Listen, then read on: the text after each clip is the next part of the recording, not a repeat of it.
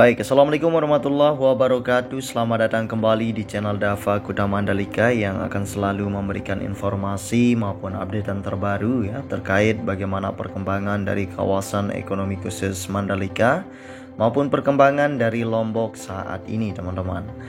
Dan di video kali ini ya kita kembali lagi untuk mengudara di mega proyek infrastruktur yang ada di zona timur dari sirkuit Mandalika untuk melihat bagaimana aktivitas maupun hasil dari pengerjaan yang masih terus dilakukan untuk pembenahan infrastruktur jalan di bagian area zona timur atau tepatnya di paket 2 dari sirkuit Mandalika.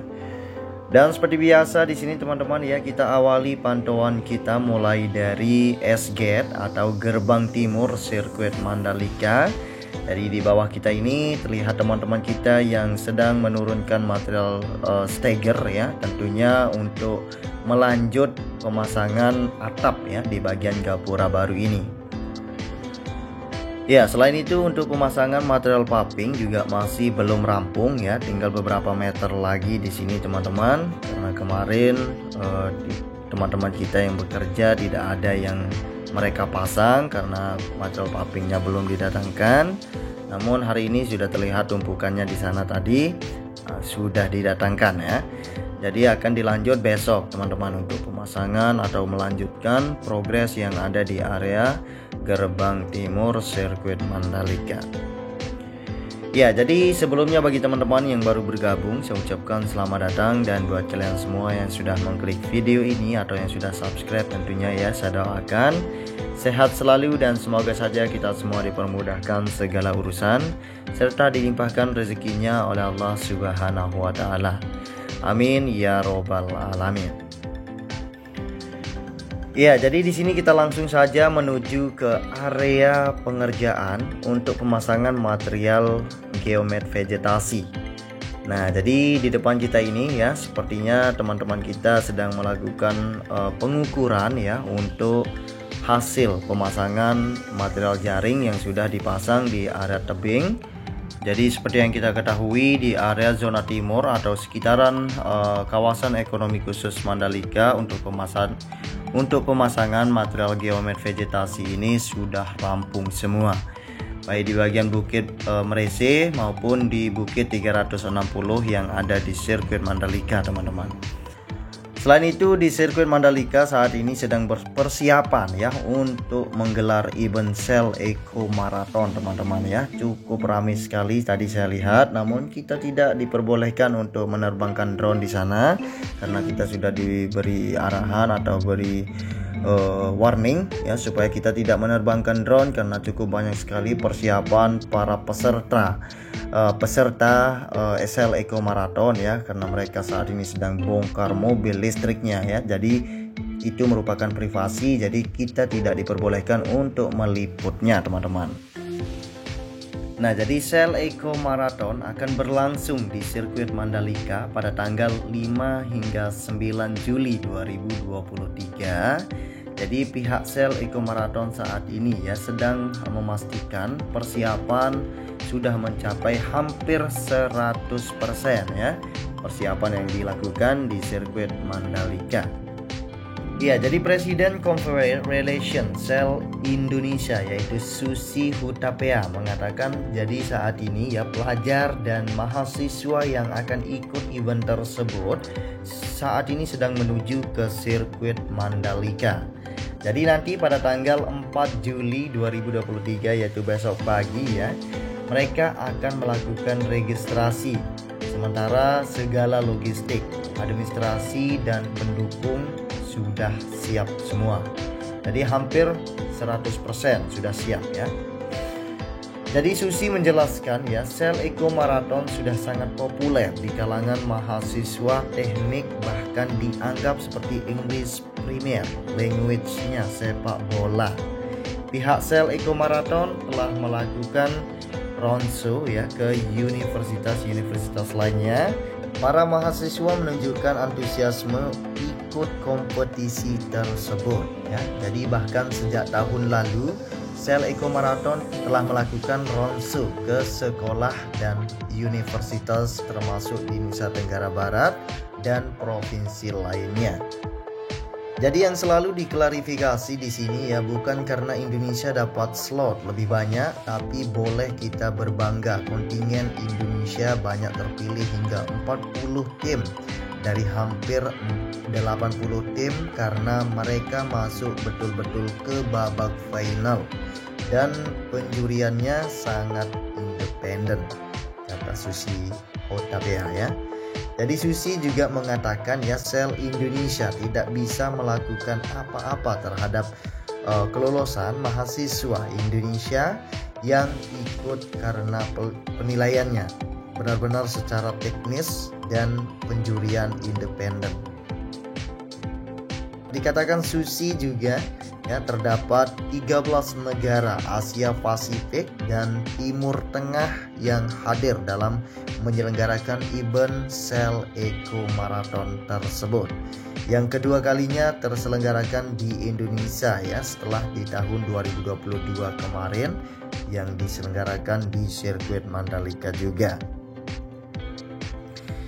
Nah, jadi berikut ini daftar 13 negara Asia Pasifik dan Timur Tengah yang bakal ikut Shell Eco Marathon di tahun 2023 ini, yang akan berlaga besok tanggal 5 hingga 9 Juli 2023. Nah, jadi 1 Brunei Darussalam, 2 China, Filipina, India, Indonesia, Kazakhstan, Malaysia, Filipina, Thailand, Singapura, Vietnam, Qatar, dan Arab Saudi.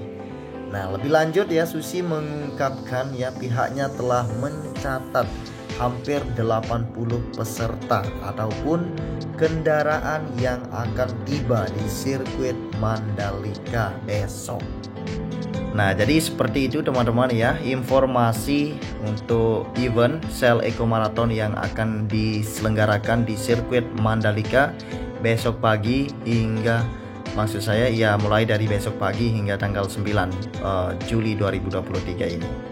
Ya, selain itu juga sambil kita melihat ya bagaimana perkembangan dari infrastruktur atau pembenahan infrastruktur jalan yang masih terus dilakukan di area zona timur ini. Di sini saya akan sedikit memberikan informasi lagi ya terkait tanggapan dari warga Mandalika terkait dihapusnya WSBK.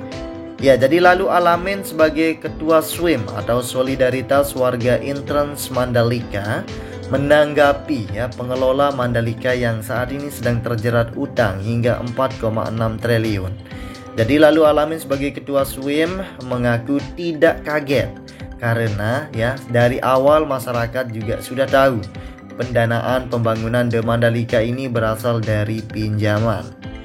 Jadi informasi ini dipertegas dalam beberapa pertemuannya ya dengan pihak Asian Infrastructure Investment Bank selaku pemberi pinjaman.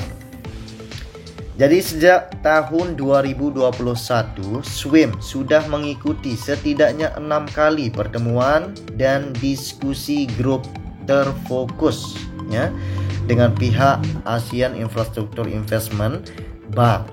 Tema diskusi memang variatif, tapi dari background information kami paham bagaimana posisi AIIB. Kami tahu bahwa proyek-proyek besar di KEK Mandalika didanai mereka. Jadi soal utang ini bukan informasi baru, terang lalu Alamin kepada warganet. Jadi demikian pula dengan kerugian ITDC atau MGPA dari penyelenggaraan World Superbike ya dan MotoGP. Menurutnya itu merupakan hal yang wajar. Sebuah bisnis padat investasi memang sulit membukukan profit atau untung di tahap-tahap awal operasional. Namun bagi lalu Alamin, hal yang mengecewakan adalah niat ITDC untuk menghapus penyelenggaraan WSBK di kalender event sirkuit Mandalika. Jadi menurutnya ya, penting diingatkan bahwa salah satu tujuan utama pembangunan sirkuit Mandalika dan pergelaran WSBK dan MotoGP yakni untuk mempromosikan kawasan ekonomi khusus Mandalika ini. Jadi sebagai sebuah event promosi, wajar jika investasi yang signifikan pada kedua event ini tidak memberikan keuntungan finansial secara langsung. Upaya promosi itu ya fokusnya adalah pada manfaat jangka panjang dan menjadikan Mandalika sebagai tujuan wisata terkemuka. Jadi seperti itu ya. Nah, jadi tidak masuk akal rasanya untuk mengharapkan keuntungan langsung dari kedua event tersebut, tegas Lalu Alamin. Jadi dia menilai kerugian bisnis yang dialami ITDC harus dipandang sebagai investasi jangka panjang di kawasan Mandalika. Jadi penting untuk digarisbawahi bahwa penghapusan WSBK dari acara mendatang di sirkuit Mandalika adalah keputusan yang salah dari ITDC maupun MGPA, ujar Lalu Alamin. Jadi baginya ya, WSBK adalah acara bergengsi yang menarik perhatian internasional. Event tersebut bisa membantu meningkatkan reputasi sirkuit dan kawasan secara keseluruhan.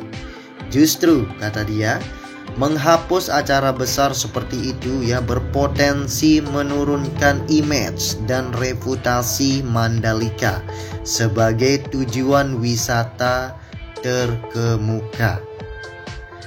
Jadi berdasarkan pengalaman dari 3 kali penyelenggaraan WSBK, 1 kali tes pramusim MotoGP dan 1 kali balapan utama MotoGP.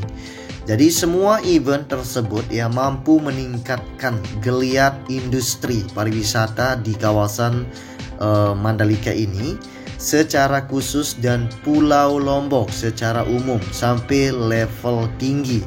Itu bebernya Lalu Alamin. Jadi karenanya ya melihat besarnya dampak ekonomi bagi masyarakat, maka kerugian tersebut juga dipandang sebagai biaya stimulus ya untuk mendorong pertumbuhan industri pariwisata.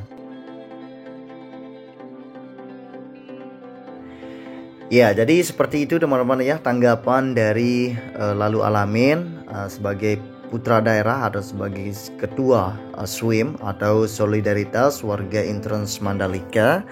Jadi memang ada benarnya ya, apabila dihapus kedua event internasional tersebut tentunya akan kembali seperti semula. Buat apa dibangun Mandalika ini atau dibangunnya sirkuit Mandalika jika balapan internasional tersebut akan dihapus seperti itu. Ya, anggaplah sebagai investasi jangka panjang seperti pendapat Lalu Alamin tadi teman-teman ya, seperti itu. Ya, mungkin sampai di sini dulu ya teman-teman liputan kita dalam kesempatan sore hari ini, dan jika ada tutur kata maupun yang salah dalam mengucap kata atau kata istilah yang saya pakai sehingga tidak begitu enak didengar, saya memberikan narasi karena saya masih belajar dan terus ingin belajar. Jadi jika teman-teman suka dengan video saya ini silahkan di like, dan jika ada masukan maupun saran silahkan komen di kolom komentar ya.